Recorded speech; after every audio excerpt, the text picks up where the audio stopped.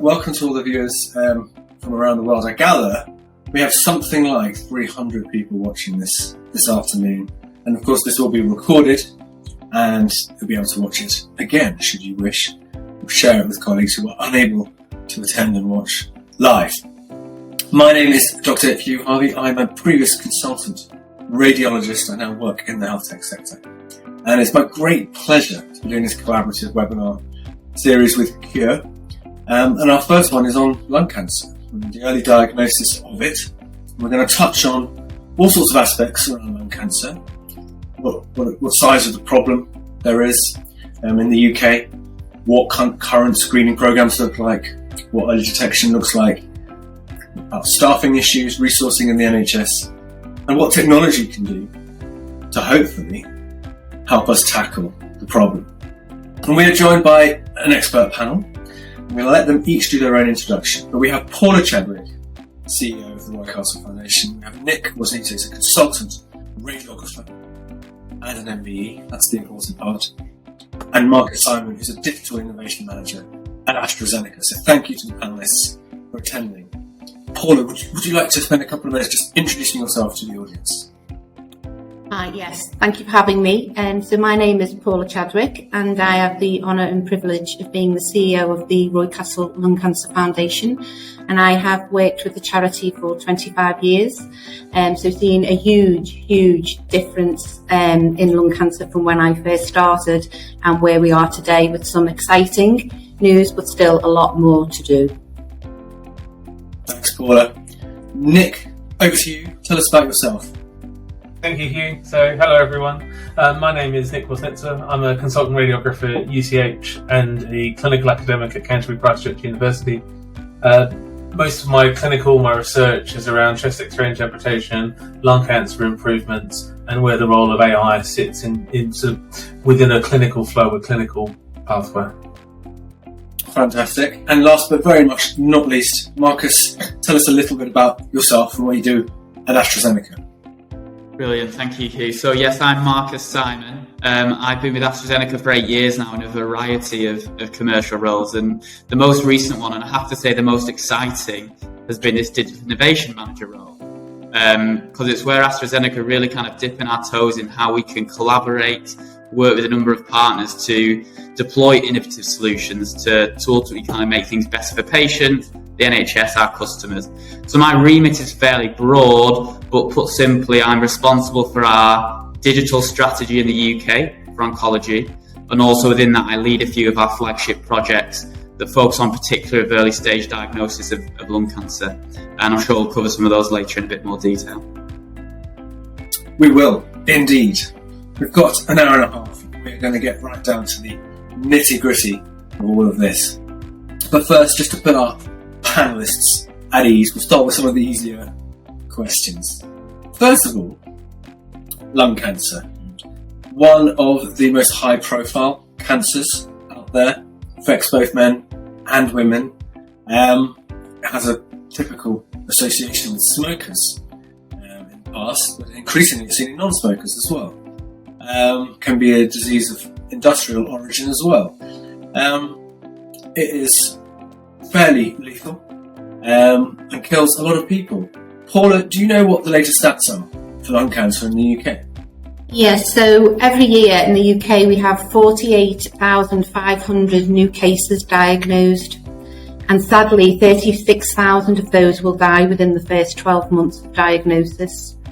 It accounts for 13% every year of new cancers, with 23,000 of women being diagnosed and 25,000 of men. And over the last decade, the numbers have really stayed quite static, so not really great improvements in that. 44% of the cases are people over 75. And although smoking, as you said, is a high contributing factor to it, you know, the message that we do have to get round is that 20% of the people who are diagnosed every year have no smoking history and can be under 40. And that is a challenge in itself, because they don't present as the typical lung cancer patient. They're misdiagnosed. And then when they are diagnosed, it is unfortunately really late, because that is the problem we have, that it is diagnosed so late. The treatment options are very limited. But, we do know if we can diagnose it early enough, then there are curative treatments available. So just looking at some of those numbers, they're actually bigger than I ever remember from my days when I was a clinician. Saying 48,000 new cases a year, of which 36,000 died in the first 12 months. That's, doing the maths in my head, about 75% of them dying within a year. That's incredible. Yeah, that is true, yeah. And what we have is, the survival rates have really not changed. And stage 1, if we can catch it at stage 1, then that's 88% survival chance. But stage 4, which is when the majority of cases are diagnosed, that's way down to 19%, which is, the difference is massive, which is why early diagnosis is so important. So just for the benefit of some of our audience who may not be clinical at all, do you want to just tell them about the different 4 stages that you've mentioned of lung cancer? So stage 1 being let's call it the lightest burden of disease, and stage 4 being the most serious. And how does that sort of break down in terms of percentages or survivability, like you say? Do you know any sort of rough stats around those? I only know that I know stage 1 is an 88%, because normally if we can catch it stage 1 or 2, the best option is surgery. So if we can remove it and catch it early enough, then that's the best case of survival. As we go further on, it's either spread or it is inoperable, and it becomes like a palliative care sort of option we have. And that's where the stats are so bad, because stage 4, when I've just said, a lot of cases of lung cancer are diagnosed at A&E. So they've gone in for something else and they're diagnosed and that's, it's not a really good pathway, and it's not a good start to treatment options or any sort of care. But it is such a poor outcome, 19%. That really is. And presumably the majority of patients who have a stage 1 lung cancer completely don't have any symptoms at all. Well, that's the other issue. And again, I think, we have to also acknowledge that lung cancer symptoms are very generic, and it can be, it's a cough, breathlessness. But I think, some of the campaigns we've done in Know the Signs and Symptoms is, we all know our body the best. And if something isn't right, if you have a persistent cough that continues longer than 2 weeks, it's not, we shouldn't just go with, it's a smoker's cough and I don't want to bother the GP. That is what your doctor's there for. It's better to go and it's nothing, but then to wait and it becomes something really sinister. So it is difficult, because, as I said, lung cancer symptoms can be, associated with other diseases as well. Yeah. So part of your foundation work is to raise awareness in the general public about lung cancer. What are the key symptoms then? You mentioned a persistent cough. What are the key signs that your charity and the foundation talks about? So, a persistent cough longer than 3 weeks is one of them. Breathlessness.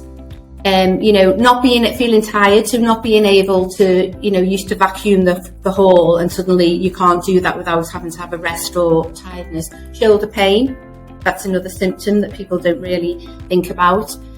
Coughing up blood is one of the severe ones, clearly. And also finger clubbing, which is a little bit of a strange one. But the main things are the breathlessness, weight loss, appetite loss, that type of thing. I just think for any disease, as soon as your body is not reacting the way it normally is and you're feeling not 100%, then that's the time to just get checked out for whatever. Absolutely, and presumably via your website for the foundation, there's lots of patient information there should they be concerned at all. Yeah. Yes. So you heard it here, guys. Just get checked if you're at all worried, especially, I suppose, if you're an ex-smoker or have been involved in passive smoking through part of your career. And just touching on that and sticking with you, Paul, just for a second, do you want to tell us a little bit about the life and legacy of Roy Castle, who is the namesake of your foundation? Yeah, well, I had the privilege of meeting Roy before he died, and Professor Donnelly, who set up our charity, he did operate on Roy when he was diagnosed with lung cancer and removed part of his lung. And Roy became ill, clearly, again. It came back. And he did say that he really didn't feel he could do anything for lung cancer because he was poorly, but he could give us his name. But what a legacy he left. You know, he did that tour of hope. He raised, you know, over 20 million for us. That basically built the first lung cancer research centre here in Liverpool. And his legacy lives on. You know, he was an amazing character, and his family is still heavily involved. And we would be forever grateful for Roy because he just gave us that platform to really help raise awareness of lung cancer. I mean, I remember him fondly from my childhood on the Guinness World Records TV show. Nick, I think we're roughly the same generation. Do you remember watching that on the BBC?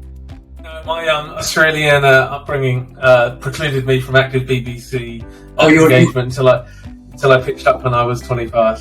Oh dear, you missed out on the great British childhood upbringing. Marcus, I'm not going to presume to know your age, but did you know of Roy Castle? So I know of the Roy Castle Foundation through the work we do with AstraZeneca, but no, I must confess that, 2 weeks ago I turned 30, so I'm feeling very old, obviously. But no, I know of Roy Castle through the foundation, which I think speaks to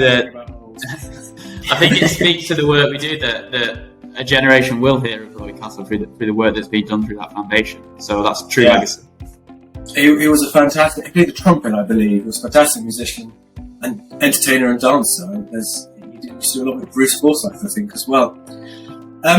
Okay, so we've got a picture now of the extent of lung cancer, the problem, who it affects, the age brackets, the morbidity of it, the seriousness of lung cancer. And there are loads of stats that we could pull out on waiting times and referral times and all sorts of things. But Nick, you're a clinician, you work in the NHS. What is the kind of standard process? Let's say someone thinks they've got a persistent cough, they go see their GP. What is the standard current process in the UK? And I'm going to sort of temper that question with what's meant to be best practice rather than what is actually done, because we know that there's variation across the country. What is sort of supposed to be best practice for someone who has those sort of very early stage symptoms? So I think one of the things, and Paula touched on sort of the symptoms where if anyone listening or has family or is a clinician themselves, sort of the signs and symptoms of lung cancer, NICE set out sort of referral guidelines about when a GP should send a cancer referral. They're fairly clear with lung cancer, although sort of the caveats of lung cancer has often vague or non-specific symptoms. The National Optimal Lung Cancer Pathway was first published in 2017. It's on its third version, I think, from 2020, which outlines the sort of the best possible steps around presentation at primary care through to starting of treatment. So the 62-day target is sort of one of the universal cancer waiting times in the UK, around how quickly someone with suspected cancer should be investigated and treatment starting.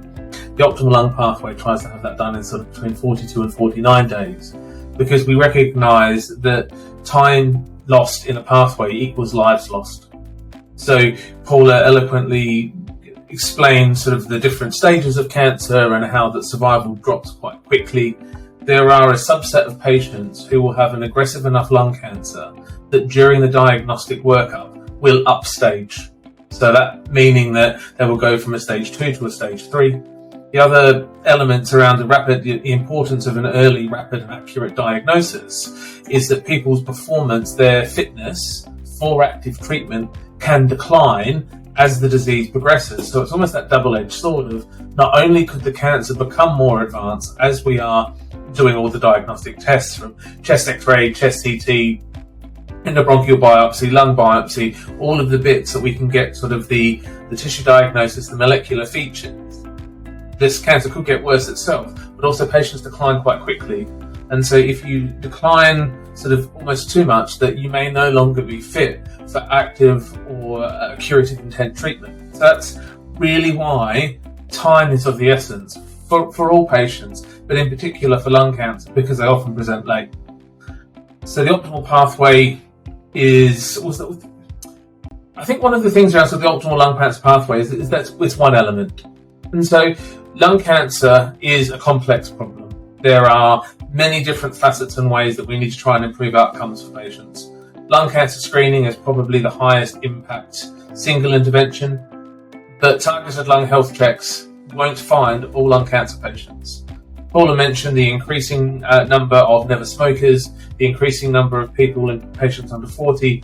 They will never be eligible for a targeted lung health check, lung cancer screening. And so a complex, wicked problem is unlikely to have a single solution, although the biggest impact, agreed, is going to be targeted lung health check rollout. I think the optimal lung pathway calls for rapid reporting of chest x-rays and escalation to CT chest. I think there's about 7 million chest x-rays performed in England. Now we need to identify the patients who would benefit most from a rapid escalation to CT. So chest x-ray is the imaging modality first line for all query chest problems, isn't it? So if someone has a persistent cough for 2-3 weeks, as per what Paula was saying, go see your GP. They should ideally refer you for a chest x-ray. And is that 42 to 49 day optimal window, is that up to the time of a chest x-ray, or is that beyond chest x-ray to a workup for CT and treatment? That's generally from, so the 42 days is from performance of chest x-ray to starting of treatment under the optimal lung cancer pathway. And I presumably that varies around the country. There is significant variation. There are some centres who have either partially or fully adopted the optimal lung pathway. You can see from the England diagnostic imaging data set, people are waiting anywhere between same day for a chest x-ray report up to nearly 3 weeks. And so that is a significant variation, and that's just to have the first test done. So that's the kind of pathway if you have symptoms, or if you go and seek care. Are there pathways then, if you don't have symptoms and you can be picked up through screening programs? Do you want to describe what the current screening program looks like in the UK? So I can absolutely start, and I'm sure Paula will jump in, as I'm sure she's been a passionate advocate for the cancer. So the targeted lung health checks have been piloted and evaluated in several regions across England in conjunction with lung cancer screening trials. Summit is one in North Central London, building on from the lung screen uptake trial, which built on the UKLS study. So there's been a plethora of information, UK-generated evidence, complemented with the national screening trial in America and the Nelson trial in Europe, that lung cancer screening for patients with a significant risk of lung cancer, generally significant smoking history, current or former smoker. I think, Paula, the ages are 55 to 74, asymptomatic, with a 30-pack year history from memory. So those are the patients who benefit most from a targeted lung health check, and if eligible, a low-dose CT scan of the chest. And I think just to say that the targeted lung health checks to date have identified 1,200 cancers at stage 1 or 2, and that's at 70% diagnosed early stages when curative treatment is possible. So they are making a difference and they are having an impact. No, that's fantastic. And so tell me, and for the audience as well, what are the nuanced differences, Paula and or Nick, the nuanced difference between a lung cancer screening program and the targeted lung health checks that you're talking about? Are they one and the same? Are they separate? How do they fit together? Well, the targeted lung health check pilots are just in England at the moment. So there's 22 sites with more coming on board. A national lung cancer screening programme would be the whole of the UK, so that would include Scotland, Wales and Ireland. And we don't currently have that yet, is that correct? Yeah. And presumably the Royal Cancer Foundation will be ecstatic to see such a programme. So I would be delighted. You both mentioned really time to diagnosis and treatment is really kind of like the key critical metric that we're all talking about here. And there are multiple factors involved in that patient journey, depending on where they start. Do they start with symptoms and go to their GP, or are they coming in under a targeted lung health check? And there are certain factors that you can do to shorten that time frame. So Marcus, I just wanted to move on to you, because we were talking pre-call about one of the things that you're looking at, is how do you increase that patient engagement and ensure that patients are rapidly getting the diagnostic test that they need to get at the right time? That's one way to shorten the time to diagnosis, isn't it? Yeah, definitely. And to Paula's point, around 70% of patients being caught at stage 1 and 2 in the targeted lung health checks, that's almost flipped on the head the stat of what it is in the real world without the lung health checks. It's around 75% at late stage. So we know that will have a kind of a serious impact. And that relates to the example of a way of actually really ensuring that their value is maximised. And we could have the world's best national screening. We could have the best targeted lung health checks in the country. But if patients don't attend them, if people who are at risk of lung cancer don't attend them, they're not going to have the value that they could. So what we did is actually worked with the targeted lung health check sites in 2021 and in this year again on a real solid patient activation campaign to actually understand how can we get more people taking up the call to go and have a lung health check and doing that in the right way. Because we don't want to scare them, we don't want people to be worrying, but we need people to be attending these health checks if they're at risk. So what we actually did was quite a large piece of insight generation around speaking to well over 1,000 people who are at risk of lung cancer. And Nick's already mentioned they'll have been over 55, a smoking history. And we kind of really understand, why do people not attend these lung health checks? And one of the things that was quite ubiquitous amongst the results of these surveys was actually, you're not at risk, you're not symptomatic, you feel you know your body. And Paula said it before, it's the symptomatic patients, we know our bodies. If there's something not right, a lot of people will go to the GP. Symptomatic is often when it's later stage. So from the insight, it was actually, I know my body, it's not there's nothing wrong, so why would I go to this health check? I feel fine. So we ran a campaign based on trick of the eyes. So those things you'll see in magazines that actually they're just a static image designed to kind of confuse your eyes. And the whole purpose was like, your eyes can play tricks on you, so can your lungs. And actually this was a really visual campaign that we did in 4 sites in 2021 and another 4 sites this year. And by getting people to really consider, actually, just because I feel fine, maybe there's something isn't right. We did see up to 36% increase in the uptake of the letters in some of the lung health check sites. So I think that's just one way that we can collaborate to make a difference, is actually making sure people are attending the opportunities that already exist to speed up and make the diagnosis of lung cancer early. Yeah, that's fantastic data to show that uptake has increased by such a percentage. And obviously it makes complete logical sense. The more people you get to turn up, the earlier you're going to be able to diagnose a larger proportion of those cancers out there. But we'll never be able to diagnose every single lung cancer, or at least we can't with current technological and resource capacities. But we can do everything, and we should do everything, presumably, to increase the capacity of being able to detect these alongside national public awareness of these options that they have. And just to state, for those who are watching from outside of the UK, this is all completely free of charge for UK residents, isn't it? Yes. Excellent. Yeah. We're not going to go into the details of complex details of NHS funding. There was recently a new kind of report out, wasn't there? We're waiting for the government to take action. Paula, do you want to tell our audience what the recent kind of perturbations are in this space? And what are we waiting for the current Health Secretary to do? So, as a result of the targeted lung health pilots and clearly the success of them has resulted in the National Screening Committee recommending that we do have a national targeted lung cancer screening programme, which, as I said before, which would cover the whole of the United Kingdom, so England, Ireland, Scotland and Wales. But what we're waiting for now is the Health Secretary to actually rubber stamp that, so give his final approval, and then that will be implemented, as I said, right across the UK, and we are just waiting patiently for that to be approved.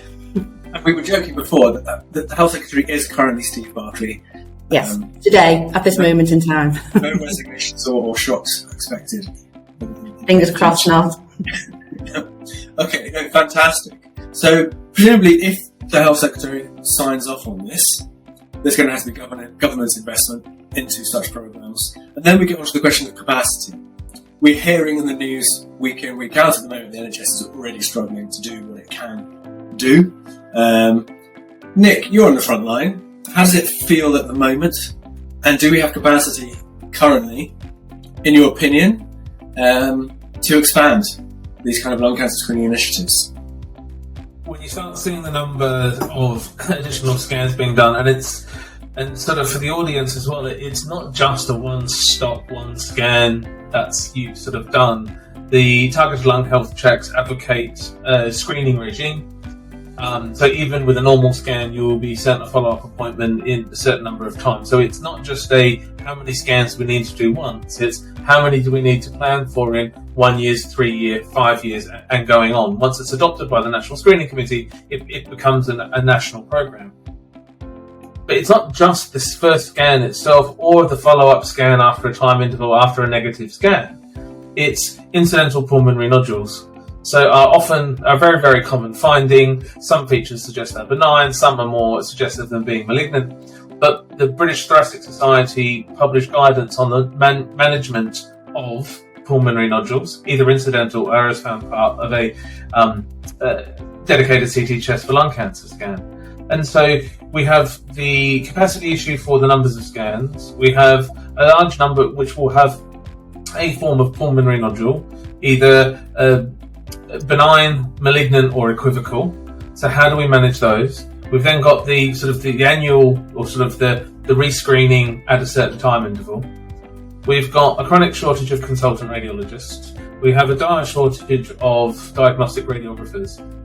And I think we are going to have to look at the entire pathway and seeing about how we can do things differently. And it's not minimising the need for investment. It's absolutely imperative that it's not only given the capital investment to have sufficient CT scanners available, but it's sort of resource and workforce investment to be able to develop, train and educate appropriately the numbers of staff across the pathway, from having a highly skilled receptionist who's able to do the patient engagement work that Marcus is talking about, reaching out to people, making sure people attend, following up on patients who decline an appointment, to really drive that swell of, if we don't get people into the door and coming back, we're never going to find the cancers. Without sufficient diagnostic workforce, assistant practitioner, diagnostic radiographer, consultant radiologist, we're not going to be able to put the pathway together in a timely way. Well, for the people who are lay audience members, do you just want to very briefly touch on what's the difference between those roles? You mentioned radiologist, radiographer, practitioners. Do you just want to touch on the differences? Yeah. So an assistant practitioner is a non-registered healthcare worker who has received below degree training, who is able to perform certain tasks under the supervision of a diagnostic radiographer. A diagnostic radiographer is a registered healthcare professional who in the UK has done a 3-year honours degree in radiography to be able to perform a wide range of imaging tests from X-ray, fluoroscopy, CT, MRI. Consultant radiologist is a qualified medical practitioner who, after consolidating their post-medical degree, has done a 5 to 6 year training program, often with a fellowship, to be able to interpret the broad spectrum of imaging examinations that a diagnostic radiographer takes. So there are 3 stages when we're taking these scans. You have obviously the patient turning up and attending the event, which we've touched on with Marcus. Then you have the acquisition, which we're saying can be done by the practitioner and the radiographer. And then we have the interpretation of the scan, which can be done by the radiographer, in some cases, and the radiologist.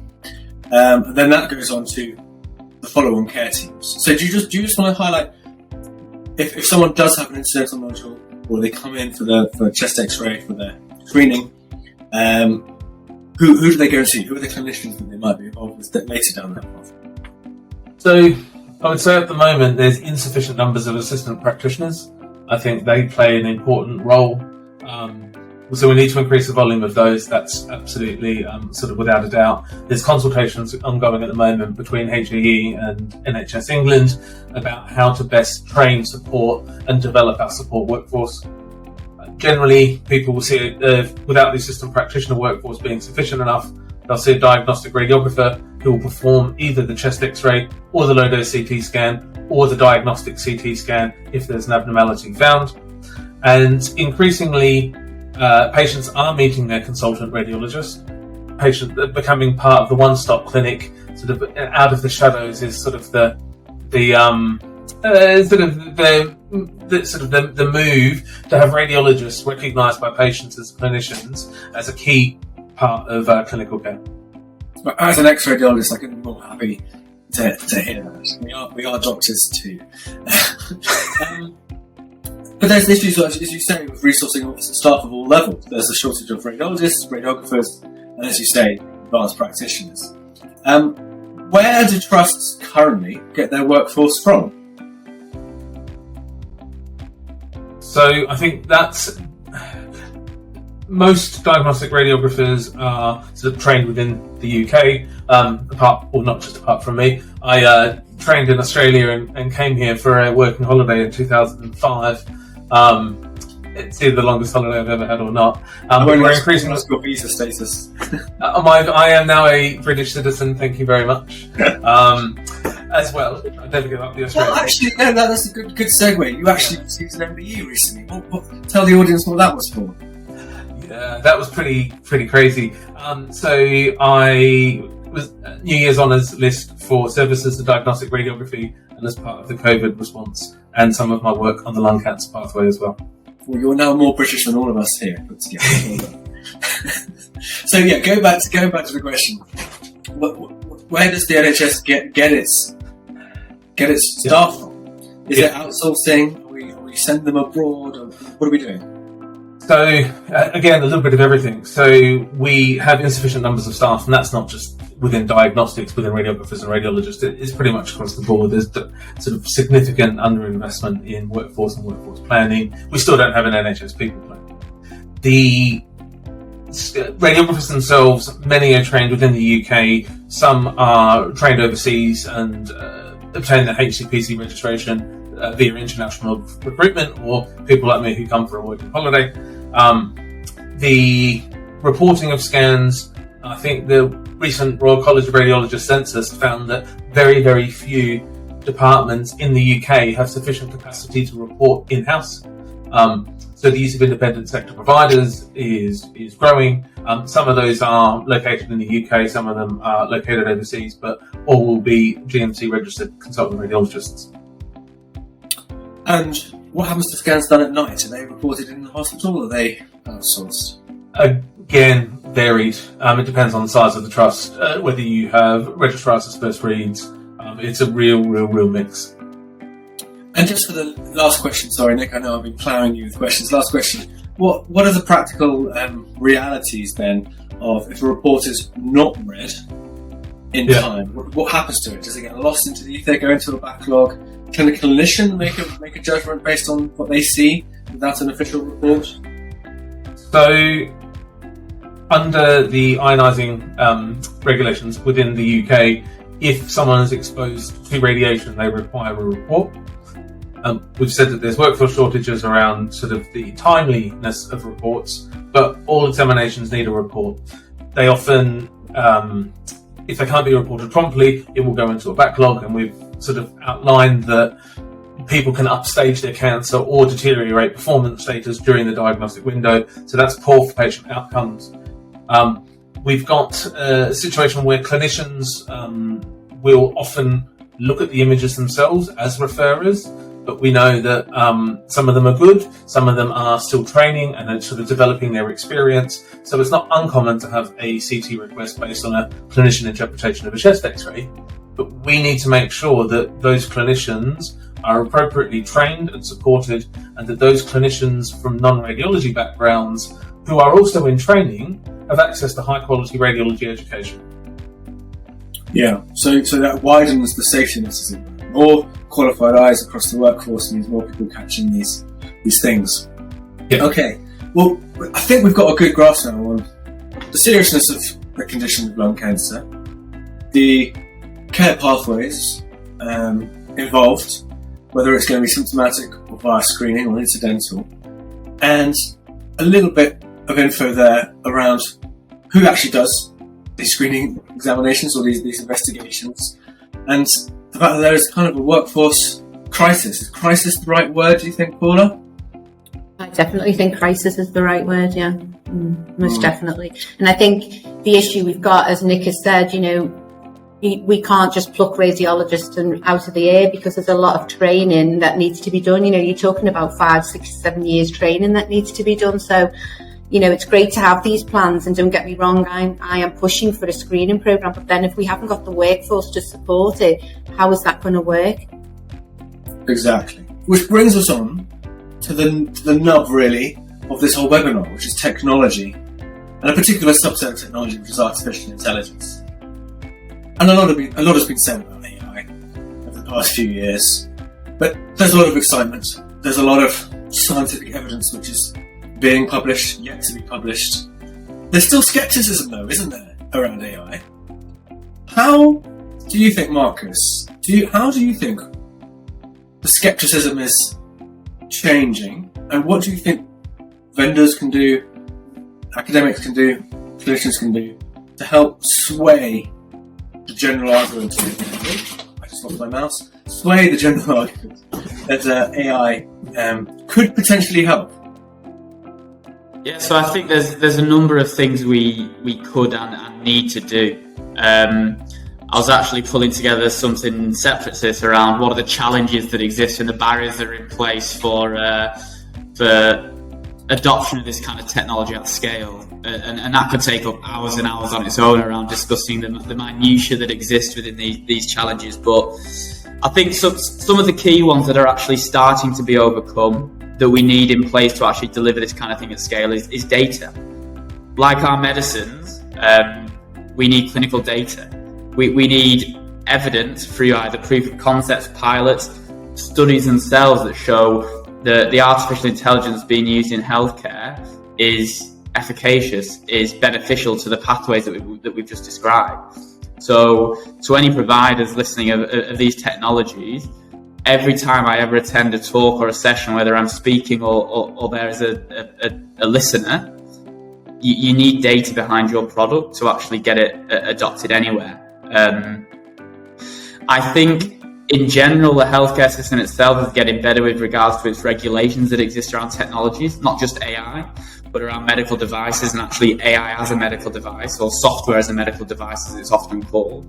So I'm no expert on the market access landscape for these kind of technologies, but my understanding is that is getting much, much better. I think one of the biggest things is around the mindset. So when I consider adoption of anything, I always think about mindset, skill set, tool set. So the mindset is the thing you need first of all, and that needs to come for me from the clinical community, for people in roles like Nick's, to really see that artificial intelligence, when used in the right way, can start to meet some of the needs, bridge some of the gaps that exist within the workforce issues that we've already discussed at length today.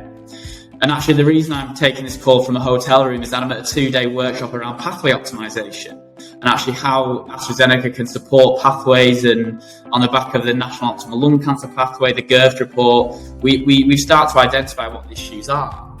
But too often the solution has been, great, we've spent 8 weeks mapping your pathway, here's a solution. It's 8 more consultants, 6 more nurses, 4 more radiologists, and 2 more surgeons. And that simply that is not a solution that is workable anywhere, not even not at scale. At a small scale, that's not workable. So I think for me, artificial intelligence, we need to position it as something that can support roles like Nick, prioritise and not do even more work, but be more efficient in the work that's done and actually really support the teams that we already have in place, rather than replace. So I think that's some of the things I see already. And I think one of the other barriers that I think I have seen as well is around the ethics that exist around the accountability of an algorithm. So if an AI looks at a chest X-ray or a CT scan and misses something, who's accountable from a medical legal perspective? And I think that's where I think regulation is still catching up, or from what I see anyway. I see you've covered a vast array of points there, and I think we're going to pick up on some of those. One thing that you said in particular, I'm a massive fan on, and I think this is because you work in a massive pharma company, is that if a drug is going to be released, it needs evidence. And I think exactly the same thing, quite right. If AI is going to be released on the general public, it needs evidence. AI can be quite a scary term to those who are not familiar with it. I suppose, Paula, you deal with, with your foundation, you're dealing with patients the whole time. Have you asked them, or are you aware of patient opinions about AI, what they think it is and what they think it can do? Yeah, I think we haven't really delved very deeply into it because it's something quite new in the UK that is, still as Marcus has said, gathering evidence. And, I know there's a couple of trials going on, particularly around the targeted lung health checks. I think for patients, it is about, and for anybody really, it's about information and talking and dialogue. So I think if it's explained, it's a bit like, what Marcus said about the targeted lung health checks. Once it's explained what the importance is and what happens, and that element of fear is taken away and they understand what the process is, I think for most patients, they would welcome anything that would get them diagnosed quicker and, get them into that treatment path as fast as possible. But I do think it is about discussion and explaining the situation and people understanding what that means. And it's not RoboCop's going to come and operate on you and you've got no human person behind. It is a little bit about explaining what that means and the benefits it brings to patients. Absolutely. I think going back to what Marcus said is that it's not that the AI is going to take over completely and replace what clinicians are doing. It can perhaps, and as we've mentioned the importance of timeliness in this sector, help speed up the process, the time to diagnosis or the time to treatment, which we've all said earlier that this is the key factor. But again, as Marcus said, and as Paula has reiterated, it's about the evidence. And the patients won't trust it without the evidence, and that evidence needs to be communicated extremely clearly, as well as potentially the risks involved. Nick, I know you've done some early AI research. I want to ask you, not about the positive results yet, but I want to ask you about some of the risks or some of the nuances, perhaps, of using AI, either for chest X-ray or in a CT. Any common themes that you might be able to pick out around the risks involved with using a semi-automated or fully automated system? But I think a wise man once said, Hugh, algorithms are the new drugs. Who was that? Very, very good. I know. I should give them a plaque somewhere. No, but that's true. And so when sort of Marcus, I joke, but that's sort of one of your straplines, and I really, that resonates with me. And Marcus saying that, working in AstraZeneca, we need to know what we do works for who, how, what intervention. Most of these studies looking at medical imaging, at artificial intelligence algorithms, are retrospective in design. They're case cohort, they're case control designs. So I am 6 foot, I am male, I am Caucasian, and I'm a bit overweight. If I had high blood pressure, would I take a tablet that someone has looked through patient records and said, it generally lowers blood pressure by about 10 milligrams mercury for males, 6 foot, white and a bit overweight. Here, take the tablet, it's going to be fine. The problem with retrospective data is there's no patient outcome, there is no accounting for missing data, there's no accounting for any of the healthcare inequalities or biases that represent that patient population. And so we need to move to a prospective trial. There are very few. The Consort AI extensions and the Spirit AI extensions found relatively poor studies that were prone to bias because they are not prospective in nature. So I think one of the steps that we're taking is that SBRI Healthcare in February this year funded Lung Impact, which has Professor David Baldwin and myself as PIs doing a prospective evaluation of AI triage of chest X-rays for lung cancer diagnosis. And I think that's one of the things that we need to look at to start addressing some of these methodological risks that can result in biased outcomes. One of the risks that I'm highly aware of is that when you have any processing system, whether it's a human or a computer, processing a piece of information to try and get an output, that human or computer can be right, or they can be wrong. And you can be wrong, but it doesn't really matter, because it was a minor thing, or you could be very wrong, in which case it's life-threatening. And these kind of dangerous false positives happen all the time in human medicine. That's why we have the whole sector of medical litigation, etc., etc. And not to scare anyone, but it does happen now and again. We all know this, it's just part of life. A radiologist or a radiographer might miss a lung nodule that was stage 1 at the time of scanning. 3 years later, the patient comes back for a completely irrelevant, a completely unrelated medical case, and it's progressed to stage 2, stage 3. And then that was a false positive, a false negative.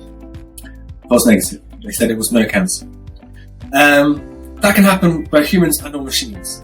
I guess the hope with the AI is that we can just safety net and elevate that false negative rate to the point where it's less of an issue. I don't think we're ever going to get 100%, do you, Nick? No, and I think this is so when you look at statistics, it's 98% accurate, it's 99% accurate, it's 85%, all of these things. Unfortunately, that's not an outcome for a patient. For a patient, it's either correct or not. There's no in between. There's no, you're 75% right for me. For that individual patient, it's a binary decision. Yes or no, correct or incorrect. And that's something that as healthcare professionals, I always keep front of mind every time I log on to read x-rays or to perform research is that for that patient, no one's 85% right. It's all or nothing. So accepting that no one is perfect, nothing is perfect. Experienced radiologists will make mistakes. AI will have errors. But what we need a real thorough understanding of, and Marcus alluded to this earlier, is where the experts make their mistakes, where the AI is liable to have lower accuracy for whatever reason, either bias in training sets or sort of things like that. But then how do we get the experts? So we know that AI as a clinical decision support tool for diagnosis on CT, chest x-ray, helps the less experienced readers the most. It's got the biggest increase for people with less experience. So how do we make the expert change their mind when they are wrong? And how do we support the people who are less experienced readers now train to sufficiently become the experts of today while using AI as a clinical decision support tool? And it's that real sort of human machine patient interface about making sure that we design training programs with the use of artificial intelligence in mind. One could be that if the X-ray or CT is triaged for lung cancer, you send it to a second or third year training radiologist. So they're not reporting 1,000 chest X-rays to find the one cancer that they need to find. You're putting it onto their training work list. They then go into the experts. And so it sort of almost acts as a bit of a feeder for it. But we do need to do work around the clinical decision making, the automation bias, and how we get people anchored on a diagnosis, but only change it when they are incorrect. And that's about how the AI result is communicated. And then going back to where I started the point, which was for that patient, it's all or nothing. And how are we taking and synthesizing this increased level of evidence and increased level of information and communicating it in a way to a patient in a compassionate way, in a timely way, in a way that they understand, while signposting them for the next steps. And that's where the efficiencies of AI come in. Yeah. Is it still yet up for debate, to be decided, what the best framework for having collaboration between AI and humans is? Is it, as you mentioned, triaging to say, look, I'm going to look at all the x-rays you do, and I'm just going to flag ones which might potentially have something serious, but these ones I'm pretty sure are normal, therefore you don't need to look at them? That would reduce the resource requirements, human resource requirements. Or is it to sit alongside the human as they read to say, oh, I can see you're reading the chest x-ray. By the way, did you look up here? Or is it to have fully automated diagnosis where the radiologist or radiographer opens a scan, they read the AI report, and then they check the image to see if they agree? Do we know which of those is the best way to deploy this yet? I'm not aware that there is conclusive evidence. I think lots of things will work differently for different people. It will depend on how the human engages with it, whether they look, whether they don't, whether they just think. So I don't think there's an optimal defined strategy for all scenarios yet. Yeah. And taking it back to the drug analogy, which both Marcus and Nick have touched on, when a drug is on market, they are monitored for side effects by the clinical team, who in theory are supposed to report back to the drug manufacturer to say, well, there was an adverse reaction, someone had a big allergy, or someone had a big adverse event related to taking this drug.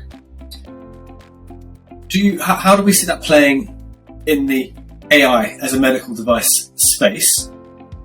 Should hospitals or the vendors be in charge of auditing these systems and checking that they're getting things right or wrong on a regular basis?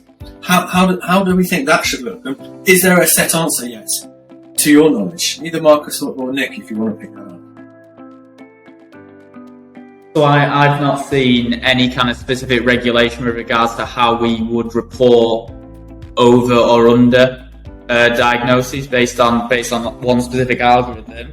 But in theory, if you've got a machine learning algorithm, it should only get better the more and more scans it reads, the more and more data that is fed into that. It should get more accurate with regards to more true positives and fewer false positives. So I can't give an answer around how it will be regulated in a similar way to adverse events, but the very nature of machine learning is that it should in theory get better and better the more and more scans it reads, the more diverse scans it reads. Apology, my network dipped for a few minutes, we might have already covered bias, but actually the more breadth of backgrounds of scans it reads, the less bias it will be. So by its very nature, it should improve its efficacy, might be the wrong word, accuracy is probably the right word, which we don't see with medicines, because once the medical formulation is created, it's there on the market, whereas an algorithm itself should, in theory, evolve and improve. Nick, if you have anything? No, I agree, Marcus. So my understanding is that is the ideal kind of vision for artificial intelligence, that like a human, it gets better the more it does, as experience will drive improvement. But currently there's no regulatory framework to allow algorithms to learn live in a clinical setting. The algorithms, when they're released, for want of a better phrase, they're frozen in time at a certain level of performance. And there is no kind of self-learning. It's all trained in batches post hoc, and then maybe they'll release an update with an improvement. That's correct, isn't it, Nick? That's my understanding, that you have a version number and it's controlled, and it's the decision about when is an upgrade a new version and not.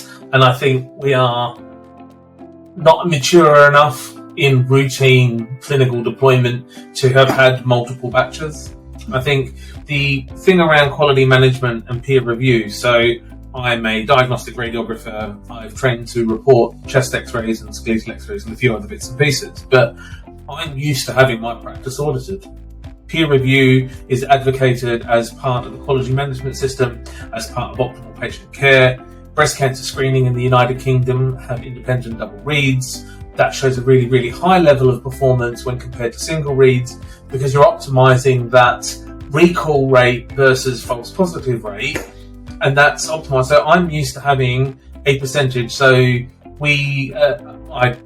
base hospital is University College Hospital London. We have weekly 5% peer review of all radiographer reports. Now, that's a way of assuring ourselves. It's a way of maintaining patient safety.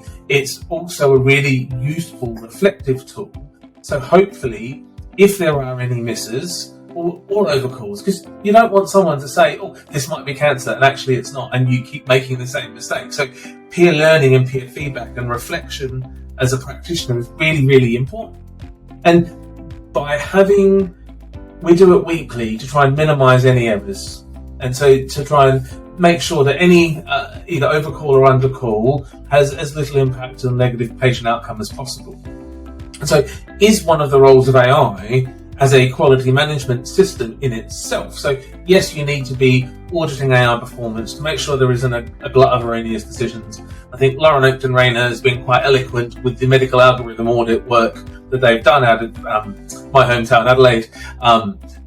But looking at where these grossly erroneous decisions come from, and is there a pattern? And that's where you start hiding behind an average.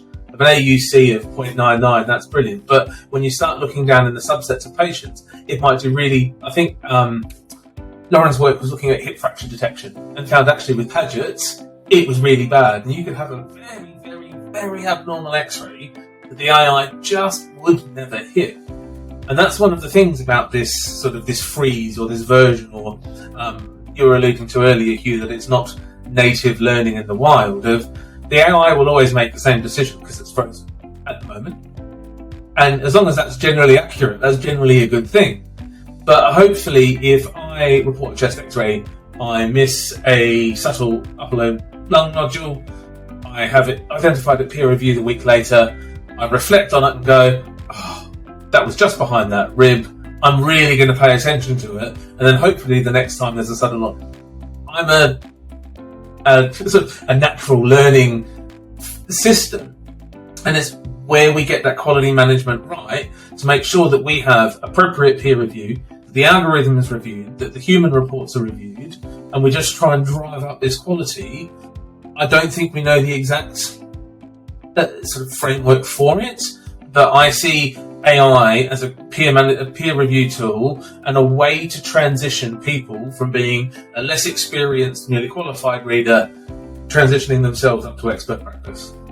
That's fascinating. So do you see an eventual future, yes or no, of AI actually doing the full read, or do you always see it having to need a human in the loop? We are increasingly looking at real-time results for patients. So the focus of today is on lung cancer, and so I'll use a lung cancer analogy. So lung cancer has significant health inequalities, association with health inequalities, either regional variation, lower socioeconomic, English as a second language, all of these thorny problems that make lung cancer a really hard problem to solve, and there's not going to be one answer. And so what we found with our Radio X trial was that if we reported the chest x-ray from their GP at the time, the patient comes for a GP x-ray, they've had patient information leaflets, Sammy Quaife, a health psychologist, formerly at UCL, now at Queen Mary's, designed the patient leaflets with us explaining what may happen. And so you've got patient for a single diagnostic episode. Chest x-ray is done. We report the x-ray, and for those patients who are suggestive of lung cancer, we offer a same-day CT. Now, not only did that show a significant reduction in the time to diagnosis of lung cancer, it also removed any opportunity for miscommunication, letters not received, unavailable to find it, couldn't make the appointment time because they had caring responsibilities. And so that's where it's not just the interpretation of an x-ray, it's synthesizing it into the clinical history and communicating the result compassionately and effectively to the patient and putting them on the next step. And so if it was a fully automated read, who's telling the patient? And Paula, I'm sort of nodding along there, and obviously bring it straight back to the patient. That's after all the reason we're doing all of this. How do you think patients are going to feel that the evidence isn't potentially there yet for the machines to take over entirely? Do you think they're happy that the state of research is progressing to the point where they will accept it? I'm not sure, particularly for lung cancer patients, I think, because you are dealing with the majority of it older generation. And I know some of the comments we get back, from COVID, is that a lot of them are getting test results over the telephone, and that isn't working very well either, because really they want that face-to-face, whether it's good or bad news, because that telephone call is done, you put it down and then they process it and it's automatically, I forgot to say, oh, what does that mean? So we're getting, we've got 100% increase in our helpline with just really asking about those questions that really they didn't have the time to process or ask. And, then it's trying to get another appointment. So I think what Nick has said, yes, I do think that, AI, if it's affordable, if it speeds up the problem, if it can help, then that's a good thing. But I think at the end of the day, it has to be human to human as well. I think, the patient wants that reassurance from that professional who's going to tell them, yes, it is okay, or no, it's not, even if it's not. I think that is very, very important. The message is delivered. Absolutely. I don't think anyone would disagree with that. So clearly there are challenges about even attempting to implement AI into these care pathways. But that's not stopping people. Progress must be made, and people are doing this for the better good, aren't they? Marcus, what kind of challenges have you seen in the deployment of AI systems within the healthcare systems, particularly within the NHS, which is kind of unique globally as a healthcare system? Yeah, I can absolutely touch on a couple of those key challenges. I won't go into a huge amount of detail on the specific project right now. We can do that later on in the call. But I think one of the biggest issues I've seen is actually when we start to consider scale beyond a pilot, be that a retrospective or a prospective pilot. In that, for the NHS, our IT infrastructure is extremely fragmented. Systems don't talk to one another. So where in some place you could implement an AI algorithm within one system and you could cover a patient population of 3 million. Whereas if you went to the trust next door, you would need to have a separate integration for each hospital, where the IT systems, where the X-rays or CT scans are stored just aren't the same. We're using different providers. So that adds a layer of complexity, adds a layer of cost, adds a layer of time needed in terms of an investment of people's time to integrate these technologies, even in a pilot phase, to actually cover something at scale. So I think a real challenge is a technological one, and that is the fragmented infrastructure. I think another one is aligned to the conversation we've had at length today is around evidence, is not just the evidence of how it works clinically, but how it can be cost effective. So these technologies aren't cheap. That's why often AstraZeneca's role is there as a collaborative funding partner to actually pilot and try these things and see what works. So I think one of the challenges we've seen in projects that maybe haven't worked is when we have set up a project but not even considered how we can prove cost effectiveness at the end of it. Because we could come out at the end of an amazing 2-year-long prospective pilot that says, wow, look at the impact we've had on stage of diagnosis, on speed to diagnosis, on even predicted patient outcomes. But if we have no level of what's that meant for cost effectiveness, and we've already mentioned the situation we're in with regards to workforce and budgets, is we're not going to be able to scale it. It's not just the clinical evidence we need, it's cost effectiveness evidence too. So in a way, it kind of needs to do two things. It needs to be better than the current care pathway in terms of time to diagnosis and accuracy of diagnosis. And it needs to be cost effective as well. Because as we've discussed, it's not just the cost of the algorithm itself, but there's a cost in the ongoing audit, the quality management, the maintenance, and the cost in the change of that care pathway.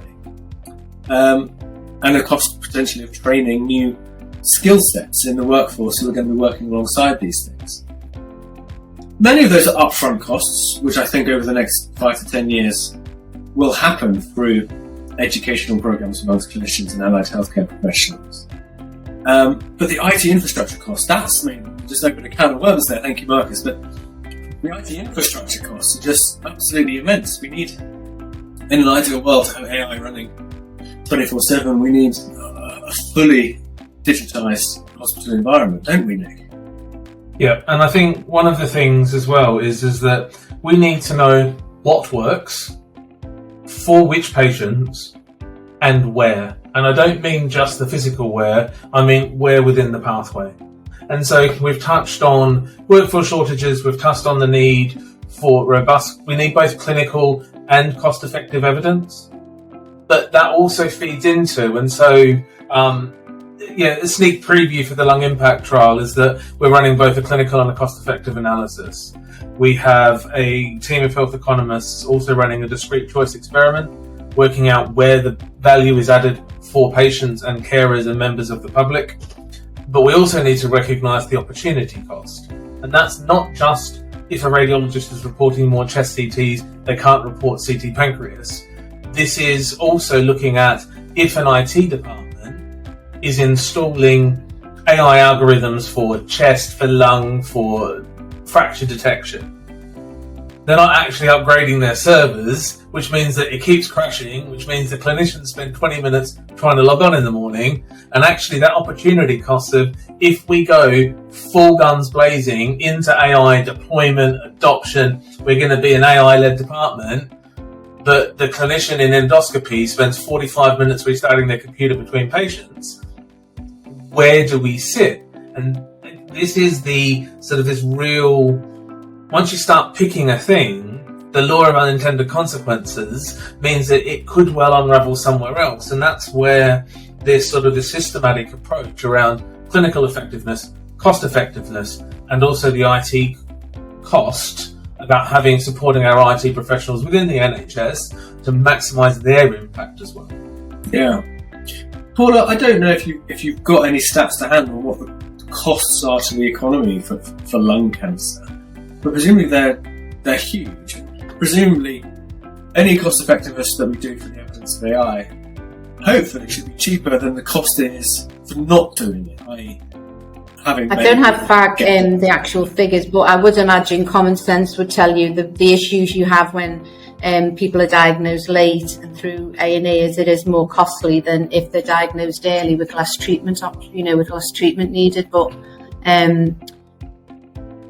I would imagine so. I mean, we always have an issue with lung cancer because, it's always got to be cost effective, and we're always juggling with that cost effectiveness with new drugs or whatever, because they, the majority of drugs do not save lives, they just lengthen and, are kinder. And that is always an issue with lung cancer because basically, it doesn't square with NICE or any of the other ones about the cost effectiveness. So, I mean, Nick will know as well, it was a huge challenge getting the cost effectiveness for the targeted lung health checks through, because it's not that it's just that case that this drug will not, or this will not cure, but it gives people a longer life and a better quality of life, which is so important as well. Yeah, and they do measure the cost effectiveness outputs in those quality adjusted life years, don't they? Yes. From my experience, is it £30,000 per quality life adjusted year or something like that NHS ascribes? It's in that ballpark, I think, isn't it? Something like that. Yeah, it's that within that region, and there's ISAs and stuff as well. But yeah, it's broadly about 30 grand per quality adjusted life years. Marcus, you were going to chip in? Yeah, it varies whether it's classed as an end-of-life drug or a kind of a different medicine. Again, I'm not an expert, but actually I was pestering our policy director yesterday evening in preparation of this call, just in case Paula and Nick took all the good ones with regards to what's the benefit of early diagnosis. I thought if they say better chance of curative treatment or better treatment options, I'll need something to say. So I was like, is there any data around kind of the cost differences between treating the stage 1 versus stage 4? Now I've built this up like there is an answer, but he didn't have a solid cost figure for me. But he said there's a quote that's banded around that's around about 50% of treatment costs for the NHS in general is in the last 6 months of patients' lives. So that's, I'm not sure exactly which disease area that's on, and I can't quote which paper it's from, but it said in a fairly kind of top line statement that we know that end-of-life care has a higher burden, with not just for the patients and their families in NHS, but kind of for a cost-wise. So I'm sure there will be economic benefits to identify patients earlier. Yeah. So it really is quite a complex space, but there are companies making progress, and there are products out there which are available to try out. So I just want to talk about the different use cases then. We've talked about the general care pathways, we've talked about the acquisition of images and the reading of images. But what we haven't really separated that out into is the different types of image interpretation that could be done by AI. I briefly mentioned this earlier, but we skipped on. I want to go back to it. There's triaging a chest x-ray, for instance. A patient comes in and an AI does not make a diagnosis. It just says, there is potentially an abnormality on this. A human should read this chest x-ray within 24 hours. That's the kind of example of triaging, which is kind of a lower risk output of an AI system. And then a step above that, you have triaging with flagging, saying the AI has triaged this chest x-ray, and here is, and it points it, or puts a little coloured circle, or whatever it does, onto the area of the x-ray and says, this is where we think it is, and then the radiologist can agree or disagree. And then you kind of have the third and fourth levels above that, where the AI might produce a decision and ask the human to agree or disagree. And then you have the fifth and final, which is the Elon Musk version, which is the AI writes the final report and sends it off to the patient. Where are we at now currently, in the current sort of market landscape of these devices? And what do we think is actually sensibly achievable in the future? I invite any of you to jump in on that one. I go first. I think, are we triage normal, abnormal? Yes. Do we know whether that triage normal, abnormal is better than the diagnostic radiographer taking the x-ray? So I recognise this is an international audience, but for about 30 years we have had radiography. Well, actually, probably 1985. It's 40, isn't it? I'm getting. Anyway, here we go. Lost a decade of my life right there. No, so for about 35 years we've had radiographers, when they take the x-ray, flagging it either to the treating clinician or to the radiologist, or now reporting radiographer. So that form of triage based on normal, abnormal, we have in the UK for every x-ray, AI or not. Is the AI better? Probably for more subtle things. So that triage decision making, I think, will be the first to come in.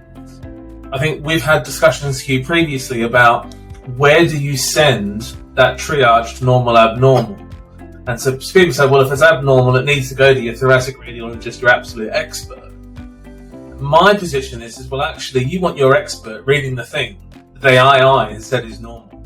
Now, you will have a lower detection rate, but the fact that it's been missed by the AI means that it's more likely to be subtle, it's more likely to be early. And actually, if you can flip it on its head, are you better off having all AI triage normals read by a crack team of experts, and actually the ones where the AI is relatively confident in the diagnosis, which is your stage 2 of not only is it normal, abnormal triage, but I'm going to draw a bit of a box around it. Lots of solutions have a way of communicating that uncertainty, be it a heat map or a probability or a 1 to 5 or whatever it is. And actually where the AI is relatively confident, you can send that to less experienced observers as part of their training, as part of efficiency goals. Where it's uncertain or normal, sent to your experts. Populated reports, I think, alluding to my point earlier of how do we know this human technology interface, how it works? How do we make sure that the experts are changing their minds when they're wrong? How are we not having automation bias for less experienced readers? So templated reporting, I think, is available for some solutions. We really need to work out how that is used in everyday clinical practice. And the sort of the last point around the autonomous of, I said earlier, and sort of Paula agrees from her perspective of, if we are aiming for a single diagnostic episode, as in rebundling test and result, who's telling them? How are they telling them?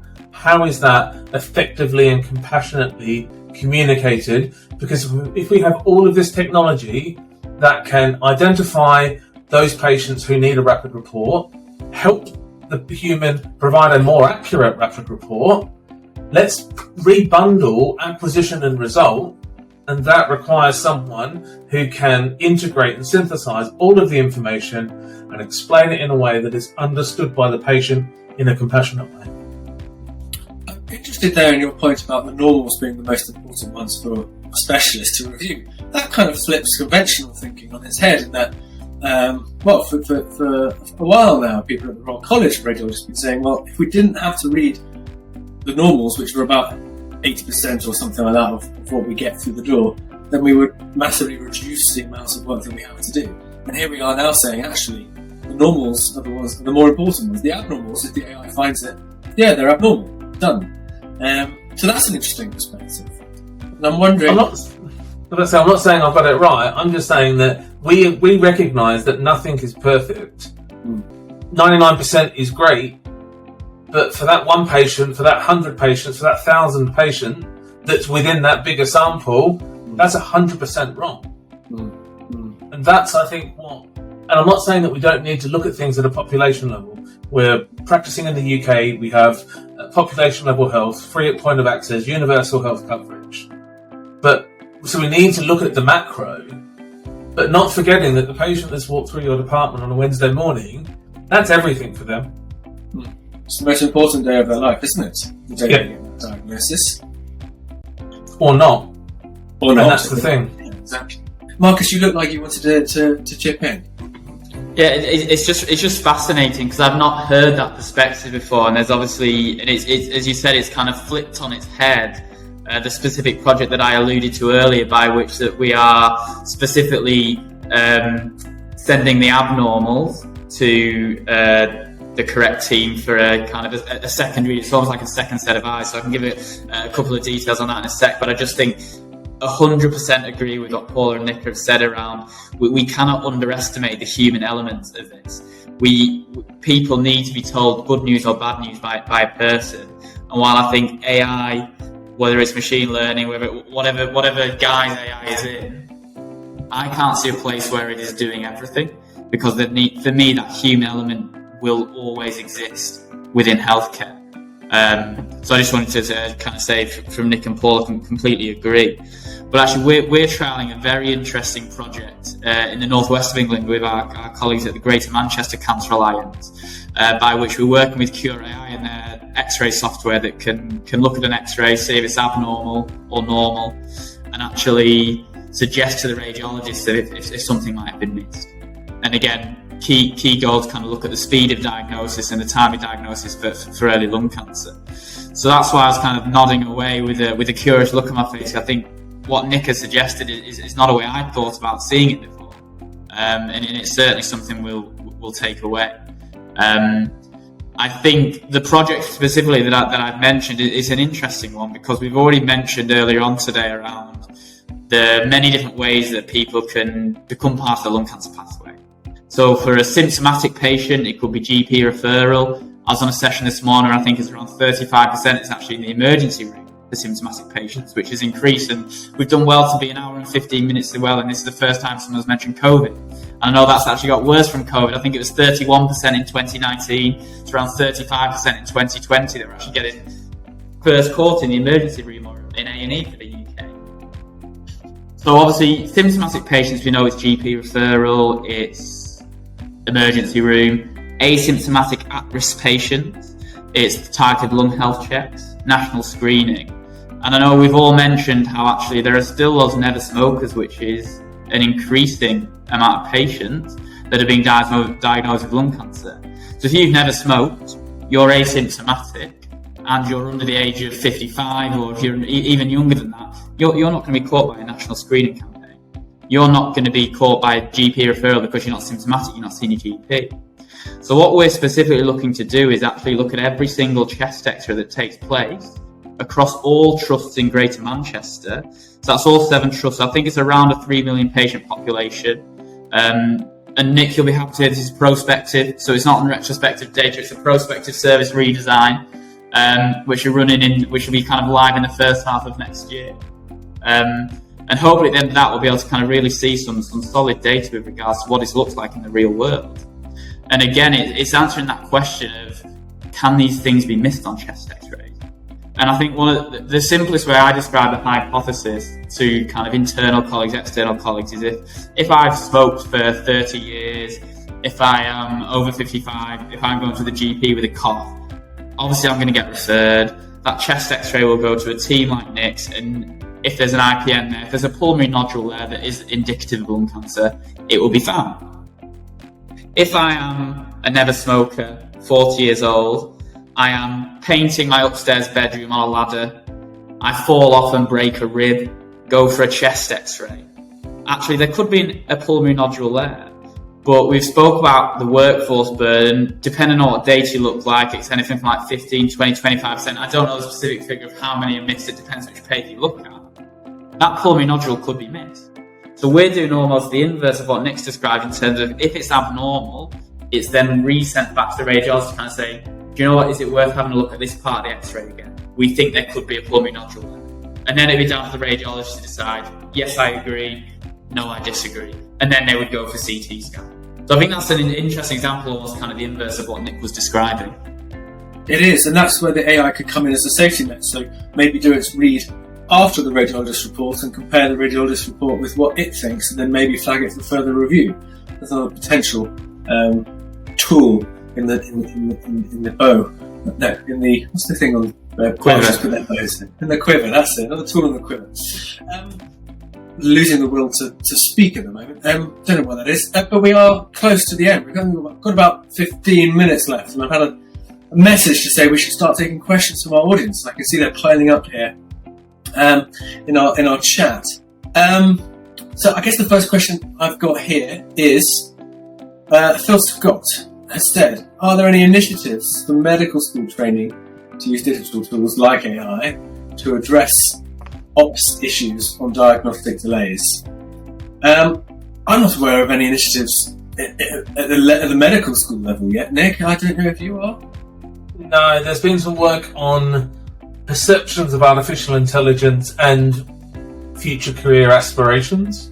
And it's fairly grey results out of that. Some say, I'm never going to do radiology. Some say, I definitely want to do it. But not around the diagnostic delay bit of med school, not that I'm aware of.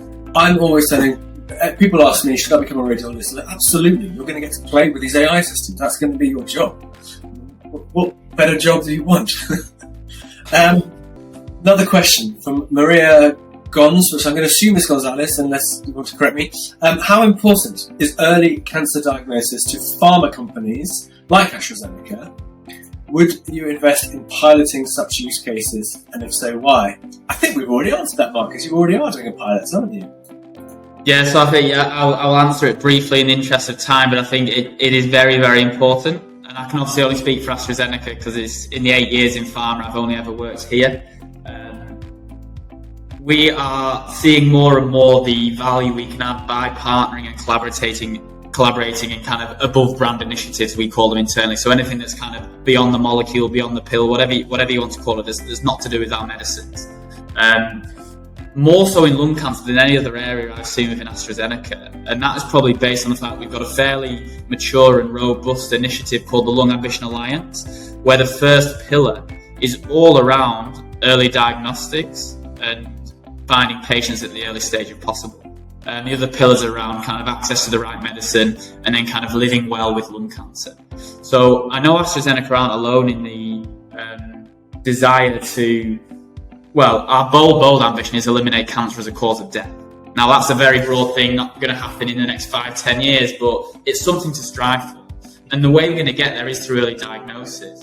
So the two parts of the question is, are these things important to companies like AstraZeneca? Absolutely yes for AstraZeneca. We have initiatives in place. And do we fund these pilots? That's my day job in the UK. Beyond setting the digital strategy, it's partnering and collaborating on these innovative projects around the early diagnosis of cancers.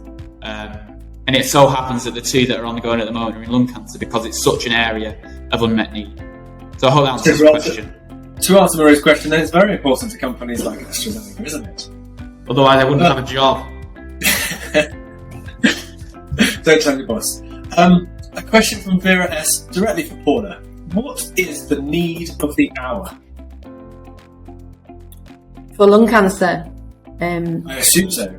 Yeah, I would say, well, the biggest thing at the moment is getting the national screening programme implemented. I know that doesn't, the younger non-smokers, that doesn't, can't fit everybody, but the no screening programme can identify everybody. But that is the biggest step we can make in lung cancer for the last 20 odd years. That will have a huge, huge impact on diagnosing those hard to reach and high risk individuals at early stages. Yeah, I would completely agree on that. And I think we shouldn't get ahead of ourselves. We should work diligently towards implementing that screening program as a human-led thing, slowly, where appropriate and where evidence is strong, introduce the AI into that as well. Would you agree? Yes, I would agree. Brilliant. Dr. Critical, who I don't think that's his real name, but that's an excellent name if that's your real name, Dr. Critical. What are some procurement and implementation related challenges to AI-based offerings? I think in context, he's from America, so most AI use cases in the US have shown good evidence, but they're still hesitating or resisting. So, Nick, kind of what values are we looking for before implementing or procuring an AI system? And this might be it might be a different answer in the UK than in the US. It might be. I think so. When I was training as a radiographer in Adelaide, there was an orthopaedic surgeon called Mr. Butcher. And so Dr. Critical, you may well be a respiratory physician. I am not one to judge. I thought someone was joking when they said you need to do Mr. Butcher's list. I'm like, yeah, I'm a second year student. That's really funny. And they're like, no, don't laugh. Anyway, back to procurement. So I think Sarah Jar on Twitter commented in the last 3 or 4 days saying, we need a billing code for IA, we need a billing code. Sarab said, well, there was never a billing code for PACS, but now it's ubiquitous.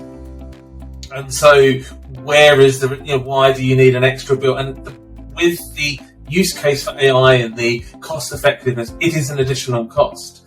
But then again, so is PACS. You saved on film, you did all of these things. And so that's one element of it. I think some of it around the procurement, and I can't speak for America. I practiced in Australia, I practiced in the UK. Some of the procurement, again, sits into the points Marcus alluded to around relative lack of interconnectivity, a relatively poor sort of tech base in terms of actual sort of hardware. And sort of what I said earlier of it might actually be better for better patient outcome through efficiencies to have them updating to Windows 10 from XP or whatever it is sitting in a basement computer somewhere in an NHS hospital than it is to spend a lot of time, blood, sweat and tears installing an AI where we're not quite sure where it works in the pathway. And so I think the procurement element of it is that, well, someone's got to pay for it. And if you find most AI reader studies use non-consultant or attending radiologists as the intervention. And so if you're saying, for example, for fracture detection, your emergency department's going to miss fewer fractures, but it's a radiology solution. Where does it sit and who pays for it? And these are some of the discussions where we need to have a really good evidence of what works for whom and where, both which department and where in the pathway. And I don't think we have that universally done, at least for the UK. I said, not real insight into the US system. And it's even more complicated here, and I think in the UK we've now transferred to integrated care systems, ICSs, which are ostensibly setting budgets across great swathes of the country, and I'm certainly not clear how they work. I don't even know if they know how they work, but it'll become transparent over time. I have a couple more questions quickly before the end. Phil Scott, who are defining the logic/algorithm rules for diagnostic AI interpretation? Is it the Royal College? Is it NICE? Who's setting the rules? I believe I know the answer to this one. I think it's nobody. People are kind of setting guidance on how to evaluate these things. So, as you mentioned earlier in the call, there's Consort and Spirit AI guidance about reporting randomized control studies involving AI systems.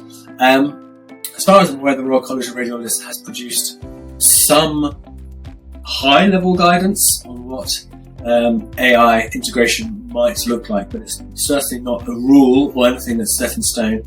NICE have released what's known as the NICE Evidence Standards Framework for all technologies, not just AI. And I gather that AI would count as a high-risk and high-cost intervention, and therefore will be subject to the highest requirements of the Evidence Standards Framework, which involves randomized control studies and, as we've mentioned, cost-effectiveness analysis as well.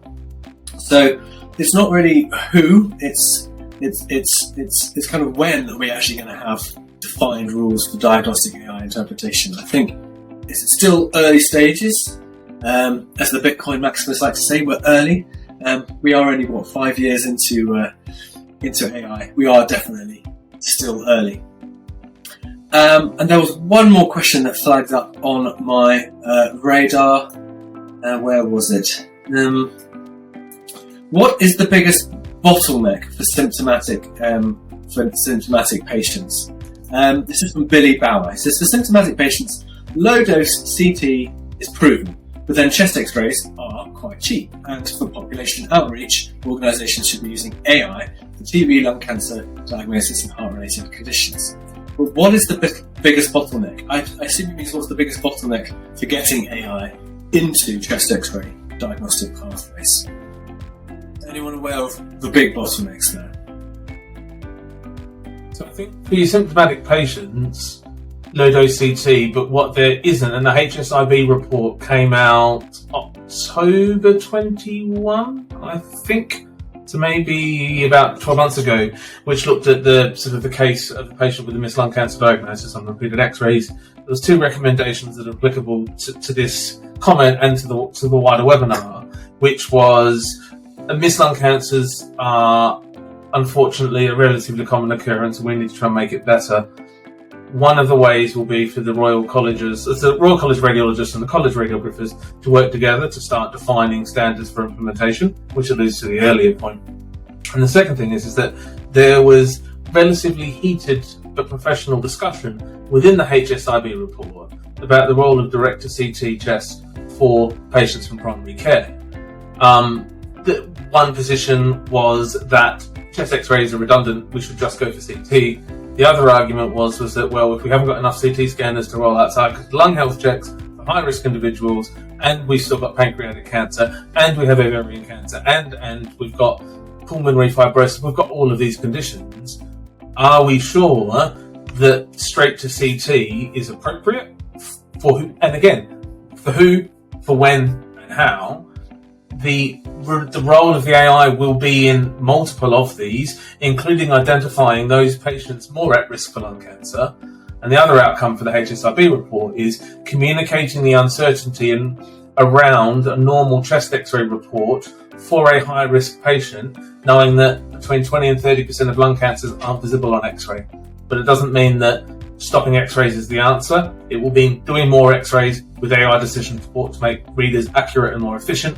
It will be identifying those patients who need to go for a CT chest and pulling back into that human element, talking with GP, talking with the patient to identify those high-risk individuals who shouldn't be falsely reassured with a negative x-ray. Thank you, Nick. I think that fantastically summarises the whole conversation there. But we are now at time, it's 4:30, so sadly it's over, we have to go. But I just want to take a moment to thank the panellists, Paula Chadwick, Nick Woznitzer, Marcus Simon. Thank you so much, you three. There will be some follow-on questions from the audience, I'm sure they will email, and I'm sure our host today, Qure, will forward those on. And just to say, this is the first part in a series of webinars with Qure, and there will be more discussions on other diseases and conditions and use cases for AI. But for today, again, thank you so much to the panellists. I hope the audience have enjoyed it and learned and taken something away from it. And all I would like to say is I think the future is very bright, not only for lung cancer patients, but for the whole of the UK NHS in terms of getting this horrible disease slightly tighter controlled, better treated and discovered earlier. So thank you so much to everybody, and we will call it there. Thank you very much. Thank you.